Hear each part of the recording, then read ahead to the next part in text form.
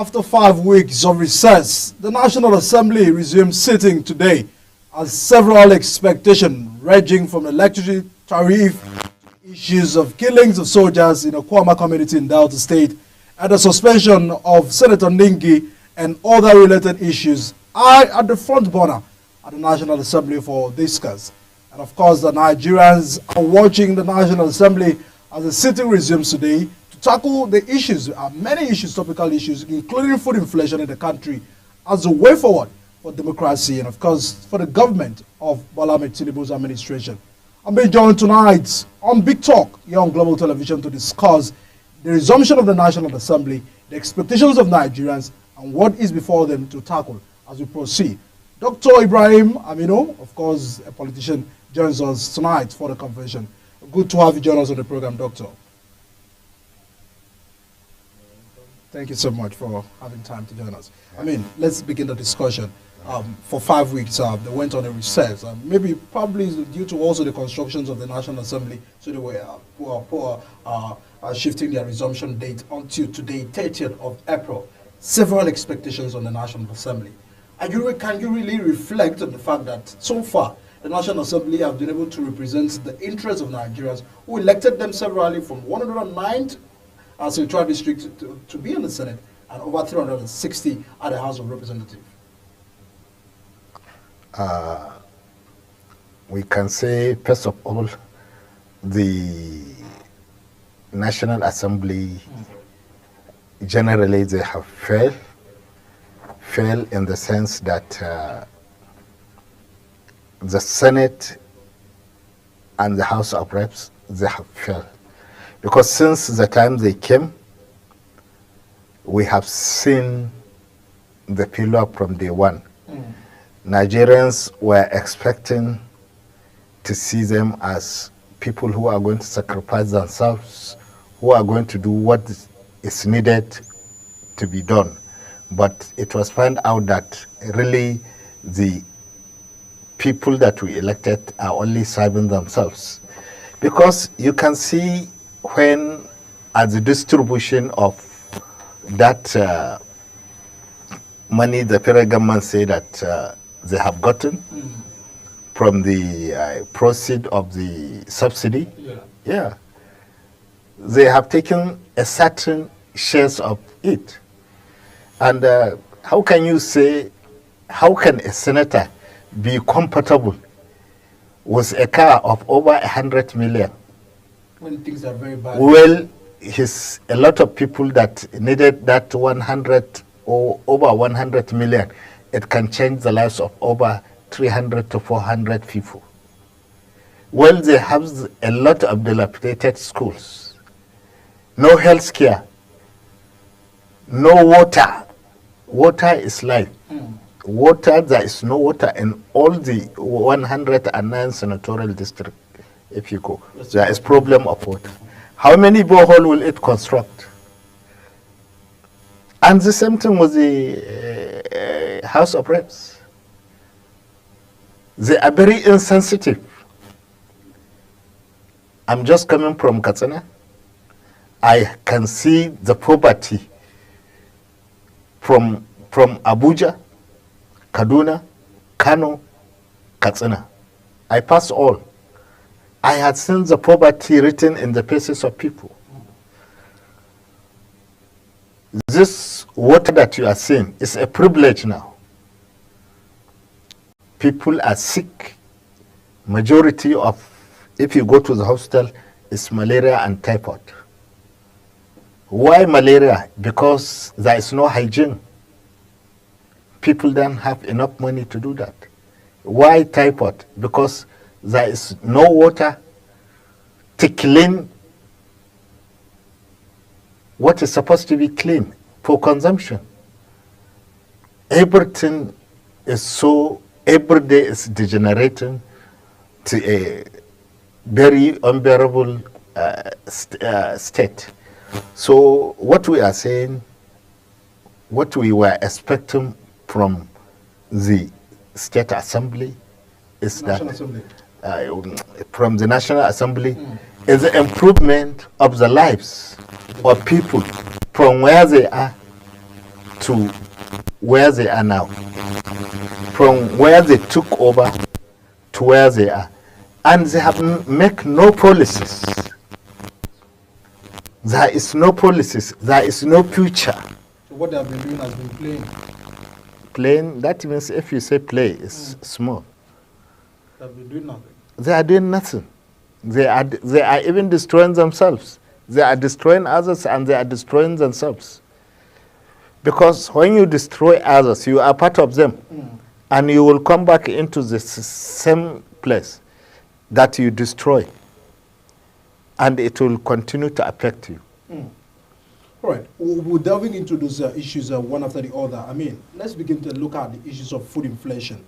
There's been plans by the government to share, grains to state government and all of that. But it seems that the National Assembly failed to understand that they have a role to play in all of these issues of trying to see if this has really gone. I mean, we're still having high, food inflation from day one of this government. Things skyrocketed. Well, I understand fuel subsidy removal gave birth to these issues of food inflation. Do you feel that they are doing enough in their aspect? Because I've also seen government giving them palliative to take to the people. And we've seen senators and some House of Reps members not, taking some of these things back to the people.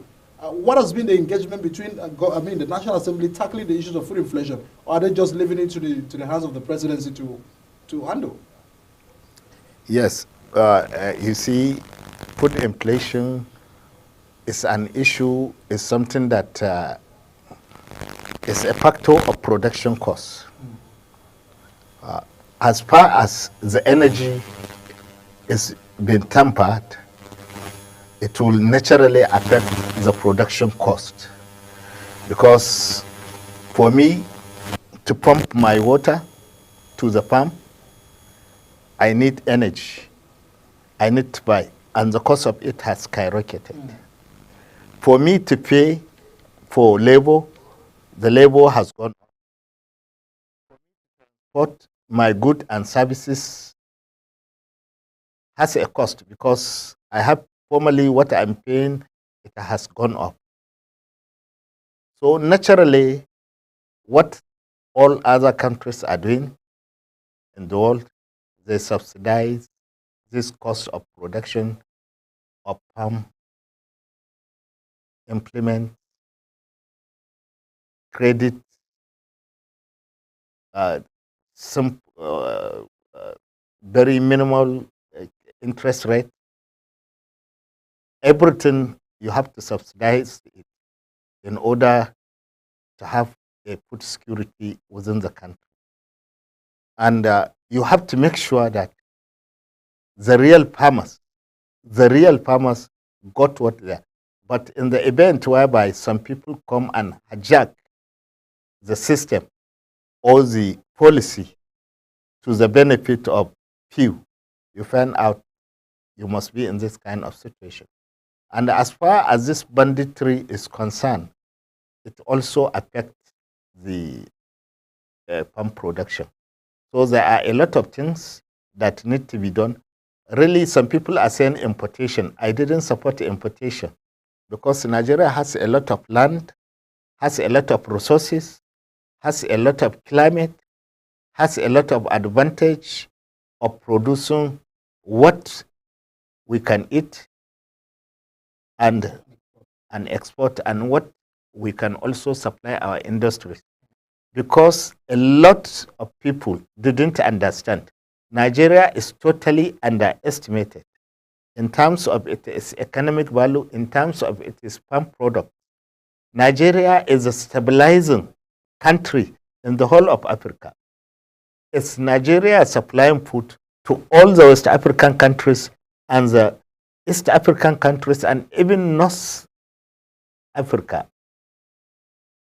Most of it, if you go to these borders, you see a lot of trailers in the night, they pass out of the country. And that is what has been going for a long period of time. And so we cannot say that there is hungry in the land, but there is no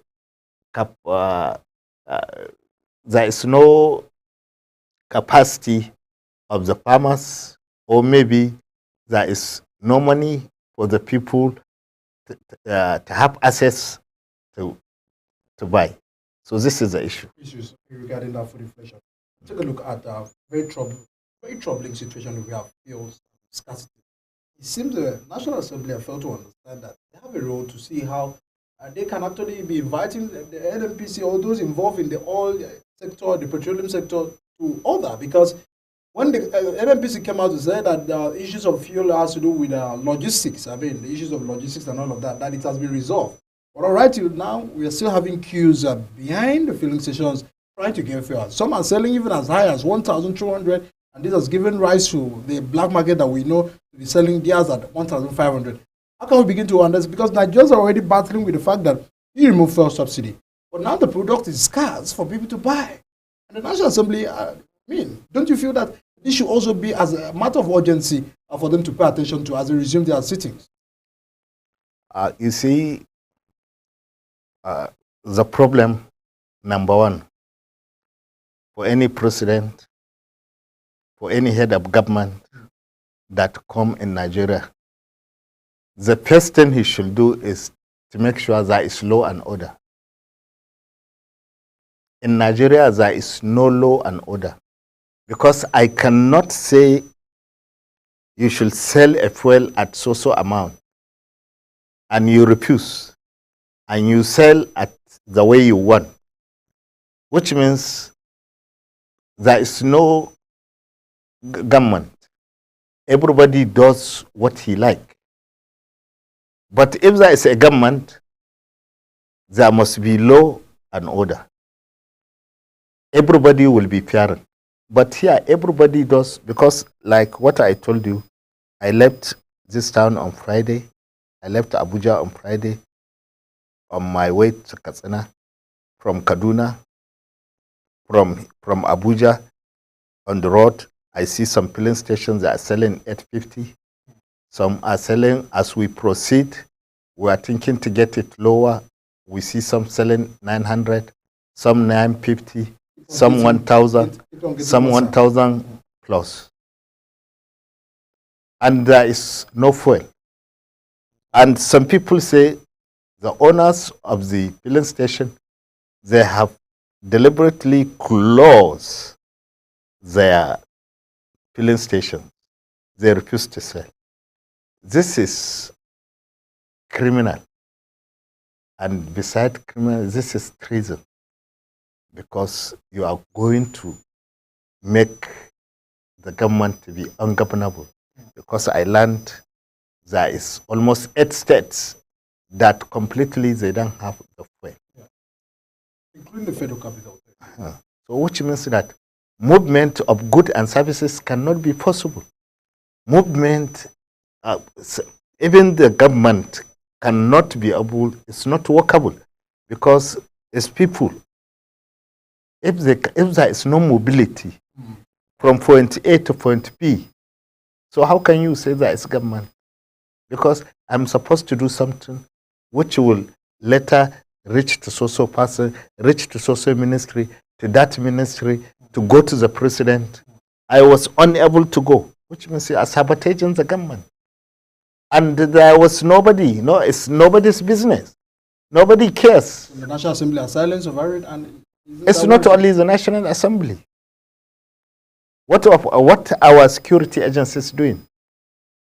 They should know what is there, what you sold, and what remain in your filling station. And the NNPC should also know that this is what you sold, and this is what remain in your filling station.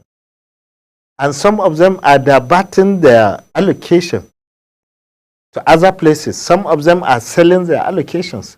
And if you go to other filling stations, I inquire, what they are saying is that, Oga, this fuel, we bought it at a higher price. And we have to sell at a higher price. So all these factors need to be identified. But nobody cares. Nobody cares.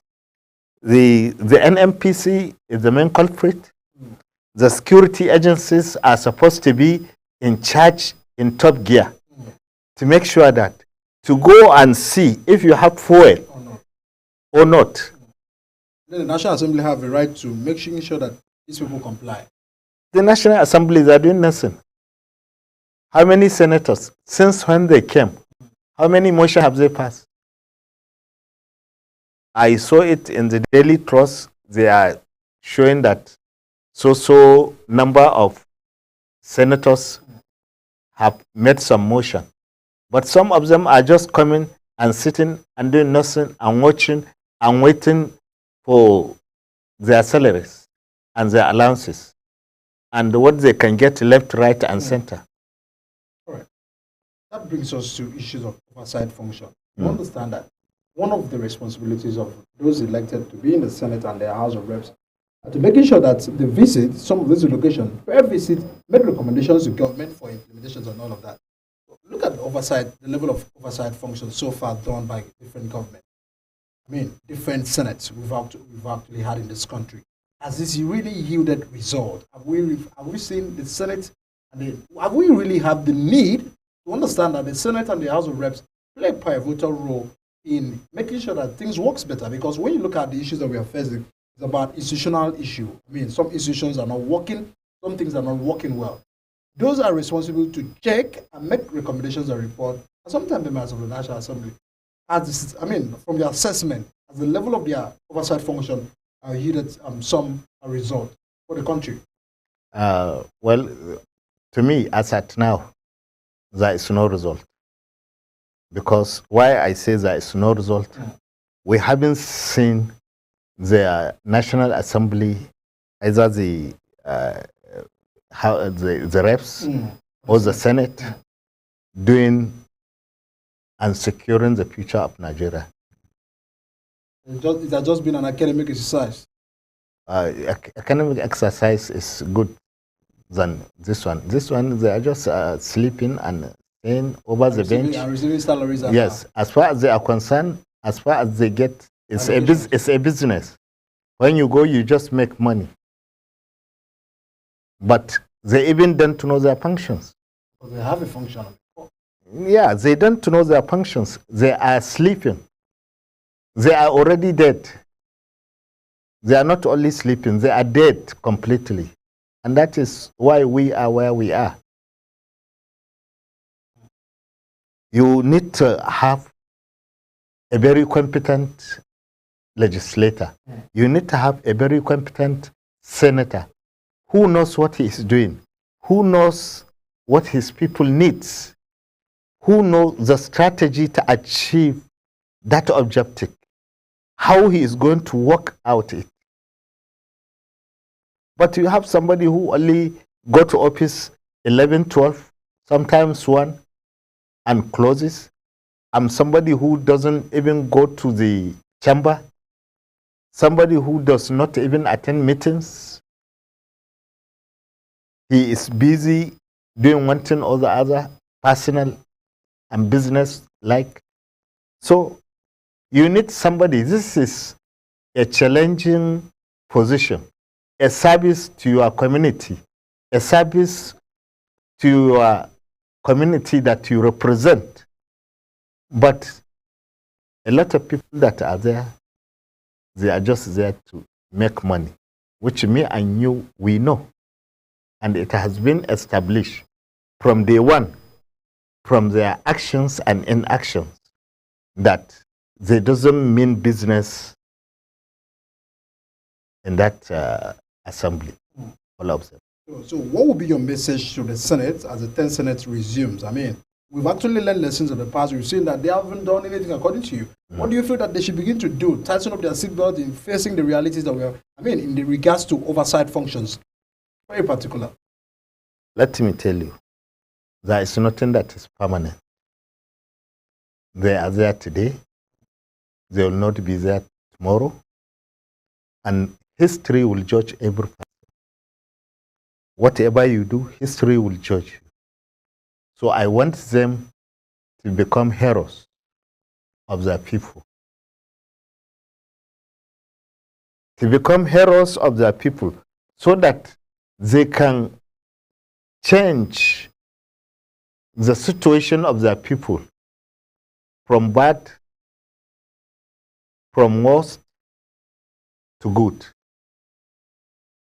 If not, if they can, to change it to excellent situation. But in a situation like this, to be frank, history will not judge them fairly. We will say they have failed us. There is time for them. They have at least 1 to 2 years before the election time. So there is at least some time still left for them to change. Because let me tell you, this process of loss, by the time they start it, it will take 6 to 1 year before maybe a commission or something that will be put in place to implement it. It will take some time. So we are begging them. They have wasted 1 year for us because by tomorrow is 1st of May. We will say they are 1 year in office. So we are begging them, please, to go back and look their responsibility. The drawing board. Why they are there? Why are they elected? What is the problem of their constituencies? And how do they address those problems? This is their primary responsibility. For them to be able to go in. Yes. I mean, very particular, just a follow-up to that. Yes. Issues of constituency project. I mean, Yeah. we heard the last time we had issues of Senator Ningi. It was about issues of raising from the fact that some central districts were having more locations than the other. And now it takes back your mind. Several times we've been having constituency projects in this country. But if you go back to visit some of our central districts, they're in the worst state. And then one may begin to ask, what happened to the locations from the federal government to some of these federal constituencies as central district? And why haven't we found a place that we've actually seen over from 1999, we've been having senators elected into office and having the National Assembly existing? This is the development that we've had. And of course, I mean, the expectation of the new ones would actually not be so much far. Because a situation where we have more senators having some allegations, at the end of the day, it is not being shown at the level of their central district. I will start with you. Has the central district changed from 1999 in terms of project, and what happens in the engagement? You can see constituency project is fraudulent. It has been a fraudulent act. Completely from day one. It's a fraudulent initiative, and it's a fraudulent activity and engagement. The reason why I have said the senator, his responsibility is to make laws. He is not there to make contracts. He is not there to select contractors. He is not there to certify contractors have done this or they have not done this. His primary job is to make laws for the Federal Republic of Nigeria that are really true, that are really for developmental purpose, that will move Nigeria forward. But we later realized so many cases whereby a contractor from constituency project, either a senator or House of Reps, will come and collect money from him. Do they give the senators money? Yes. They give them money and they write certificate of completion for them. And the supervising ministry of press tells there is nothing they could do. They have to release because the senator say you have delivered. So why can't we say the implementing agencies to do that and the senator to make sure that those things are done? So that is why we say it's fraudulent. So many cases were there. And as you said, why will the Senate president will take over 90 billion and will give some people 200 million, some people 500 million, some people 1 billion? Where did we have which law say that one constituency is higher than the other? All we know is that we have 109 constituencies at the Senate. And out of this 109 constituencies, if you are going to do justice, then you should divide everything into 109 and share to everybody. But some people say they have gotten 200 million. 200, 200 million. Some people say they have gotten 500 million. Some people say they have gotten 1 billion. Some people 2 billion. Some people 5. Which criteria do they follow to qualify some people with 200, some people with 500 million, some people with 1 billion, and somebody with 90 billion? And nobody questioned that. And the Senate were unable even to do a kangaroo committee to check and told us that whether this thing is true or is a lie. Everything is kept quiet, is swept under the carpet, which means we assume it's true. It has happened. And who are beneficiaries of this? At the end, you find that a lot of people will not benefit from that 90 billion. All that 90 billion will be in some people's pocket. So it's better for us to wake up. We as Nigerians, it's better for us to first of all understand our common enemies. We have common enemies. So we should understand our common enemies and we should understand our brothers. So that is left for them. But Nigeria is bleeding too much. As Nigeria bleeds, you feel that they have a role to play in fixing some of these issues? That is why I say they are the ones bleeding the country. So those that are bleeding the country, how would they give profound solutions to the issue? Well, like what I told you, there is nothing that is permanent. The Egyptians we see, the people that we see today, we may not see them tomorrow. The people you never think by tomorrow there will be something different.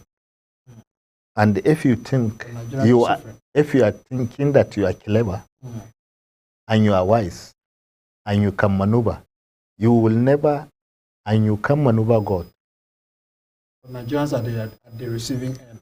Nigerians are there. We are waiting, we are watching, and one day we will come there and we will investigate and you will pay the price. So they have to urgently make sure that they sit up there. So what I'm asking is, what are you going to do with all this money? What are you going to do with all this money? You need only a house. In a house, a room. In the room, in a corner. So virtually, what do you need? You can make your children rich and you can make yourself rich no matter what. We can see how cases are. We can see how Yahaya Bello has maneuvered, has held Kogi with an iron hand. And now we can see how he is hiding, he is running. And that is... It can happen to anybody. Can happen to anyone. Many thanks, Honorable Dr. Ibrahim Aminu, of course, from Katsina State, for his thoughts, a political figure from Katsina State, and contribution to the program. Big Talk, here where we take a look at the issues in the National Assembly. Thank you, Marie. Thanks for staying with us.